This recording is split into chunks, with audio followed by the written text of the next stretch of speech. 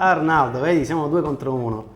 È tuo fratello, hai invitato tuo fratello, vero? Ok. Quanti anni sono passati da quella volta in cui mi ha invitato a Londra a fare un workshop di armonia? Io parlavo in inglese e la gente mi guardava e diceva perché giustamente non capiva quello che dicevo, non perché dicevo cose particolarmente difficili. Sono passati penso una decina d'anni, infatti mi chiedevo con mia moglie se già avevamo la nostra prima bimba o meno quando siamo venuti a trovare, forse ancora no. Sì.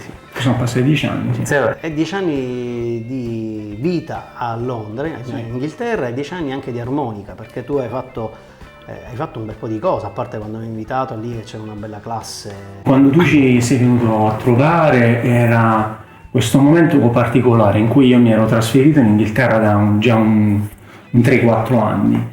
Io avevo iniziato a suonare l'armonica come alcuni di voi, penso, quando avevo 17-18 anni. Un po' mi sono formato qui in Italia, suonando un po' da solo, poi attraverso un carissimo amico, il mio primo maestro Fabio Testa, a cui mando i miei saluti. E poi con lui che ho intrapreso questa strada, poi ho iniziato un po' a suonare per i fatti miei, con qualche composizione, duo, trio, cose del genere. Ricordo in quei anni venni a conoscenza di Dr. Art e dunque incontrai Leonardo per la prima volta a Roma in uno dei primi eventi Dr. Art che tu organizzasti, e poi da lì ci siamo fatti simpatia e siamo rimasti in contatto nel corso degli anni. Io da lì poi ho continuato un po' a suonare con delle piccole, in duo, in trio, facendo country blues, poi in qualche anche band elettrica, e anche a cantare. E poi un po' la carriera ha preso il volo per me, quindi mi sono prima trasferito in Germania, poi in Inghilterra, e un po' l'armonica, se vogliamo, l'ho dovuta, non dire parcheggiare, però non più praticare in maniera intensiva come facevo prima. Però la cosa interessante è stata questa: quando sono arrivato in Inghilterra, un po' quando ci si ambienta, no? Quando si va all'estero, le prime cose che succedono è questo: uno forse ti ritrovi un po' con i primi altri italiani che ci sono in giro, e dopo inizi a vedere quali sono i punti di riferimento, non so, la chiesa, la musica. E la musica, ricercando, trovai questo club, no? Di armonicisti che avevano questo evento che si chiama Harmonica Mondays. Quindi il lunedì sera un gruppetto di 7-8 armonicisti si incontravano qui, e il format era molto bello perché era molto un po' come gli anonimi alcolisti. Sì. Perfetto, proprio sì. Però si confidava, si parlava delle nostre, problematiche legate all'armonica, frustrazioni musicali, se vogliamo, la carenza di note, cose del genere. Però poi ci si divertiva, e la cosa interessante è che si lavorava a rotazione, nel senso che ognuno doveva preparare qualcosa, portarlo e insegnarlo agli altri.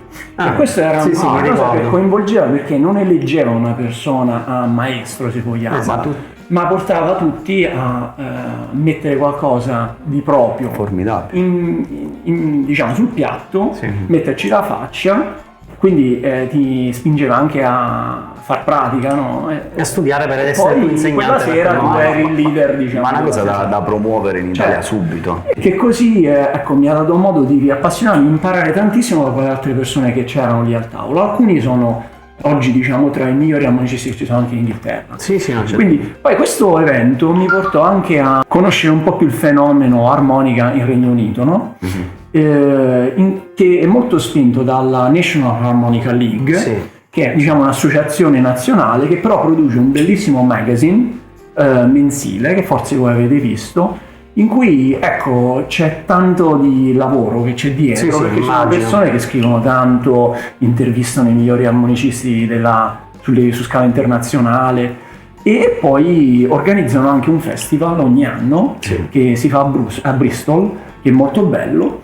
E io ci sono stato un paio di volte, ho visto musicisti anche di livello che hanno partecipato, Joe Filisco per esempio, tra altri, William Gallison, che fu uno spettacolo. In questo magazine alla fine c'è molto lavoro ci sono persone che contribuiscono, che scrivono, che sono sia in Regno Unito ma anche sono negli Stati Uniti. Infatti. E, per esempio, ricordo Rob Paparozzi è uno dei principali contributori del magazine dagli Stati Uniti, lui scrive sempre. e anche da altri posti. Poi nel National Harmonica League e anche al festival loro parlano sia di diatonica che di cromatica, quindi fanno un po' di massa critica, così sono riusciti a invitare al festival anche personaggi tipo Willy Burger e così via. Quindi in quell'occasione invitai Leonardo a trovarmi in Inghilterra, e qui chiudiamo il cerchio, e lui insomma non solo partecipò a questo Harmonica Monday, quindi ebbi l'orgoglio di poter portare insomma il meglio della musica, insomma dell'armonica italiana e internazionale sul circuito locale lì, e poi portarlo anche al festival con me, insomma, quindi fu una bella soddisfazione. La scena italiana non è così, non è esattamente così. No. Qual è invece l'atmosfera che si respira in questi gruppi dove ognuno porta qualcosa? Immagino che ci saranno vari stili, varie influenze, c'è immagino un'apertura al nuovo. Vabbè, in Inghilterra l'apertura al nuovo è... E quell'esperienza degli Harmonica Mondays ovviamente c'era anche uno spirito di accettazione, nel senso che avevi la persona bravissima e avevi anche la persona principiante, no? E quindi avevi la persona diciamo avanzatissima che veniva una sera e quindi ti insegnava qualcosa che ti portava in un'altra frontiera. Però visto che c'era questo format in cui anche la persona più principiante veniva e insegnava qualcosa, allora tu apprezzavi anche che quella sera tu imparavi qualcosa di semplicissimo insegnato a una persona principiante. Rispetto dunque anche di diversi livelli di capacità. Bellissimo. E poi anche rispetto di diversi gusti. Quindi non so, c'è una sera che una persona è venuto, ha portato un bello spartito, una partitura bellissima di Little Walter, quindi ci siamo studiati un pezzo così per 2-3 settimane, molto tecnico, bellissimo il blues elettrico. Non so, c'era qualcun altro invece che è appassionato proprio di folk tradizionale inglese oppure anche Irish se vogliamo. Certo. Non è per tutti suonarlo, però lì ti cimentavi, imparavi. Poi c'era qualcuno invece che già si spingeva un po' più verso il jazz e allora lì ecco ti dava un po' di ispirazione interessante. Sono stimoli differenti. E in termini di crescita artistica quanto ne hai acquisita? Dal punto di vista della socializzazione, del condividere con altri musicisti, comprende la scena locale. Quindi alla fine si impara molto, ma si impara attraverso gli altri, più che attraverso il tuo esercizio. Da quel punto di vista è stato molto produttivo. Forse se c'è stato un periodo dal punto di vista di produttività sullo strumento è stato importante, per me è stato un periodo precedente, che avevo dimenticato di dire.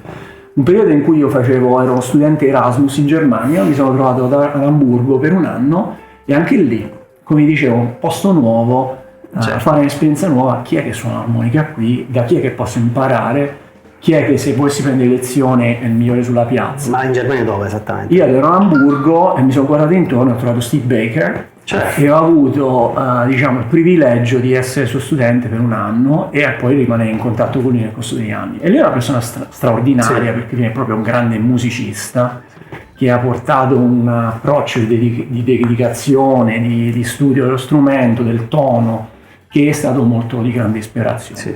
Poi da lì, arrivato in Inghilterra, non ti nego che ho approfittato anche della amicizia e della disponibilità di Leonardo anche per prendere un po' di lezioni da lui. Oggi con Skype, con queste cose qui, c'è quel vantaggio di poter anche apprendere a distanza. Tu cosa ricordi di quei Pochissimo, perché ormai ho i neuroni completamente bruciati. Grazie Arnaldo. Grazie a voi, ragazzi, davvero ci siamo divertiti.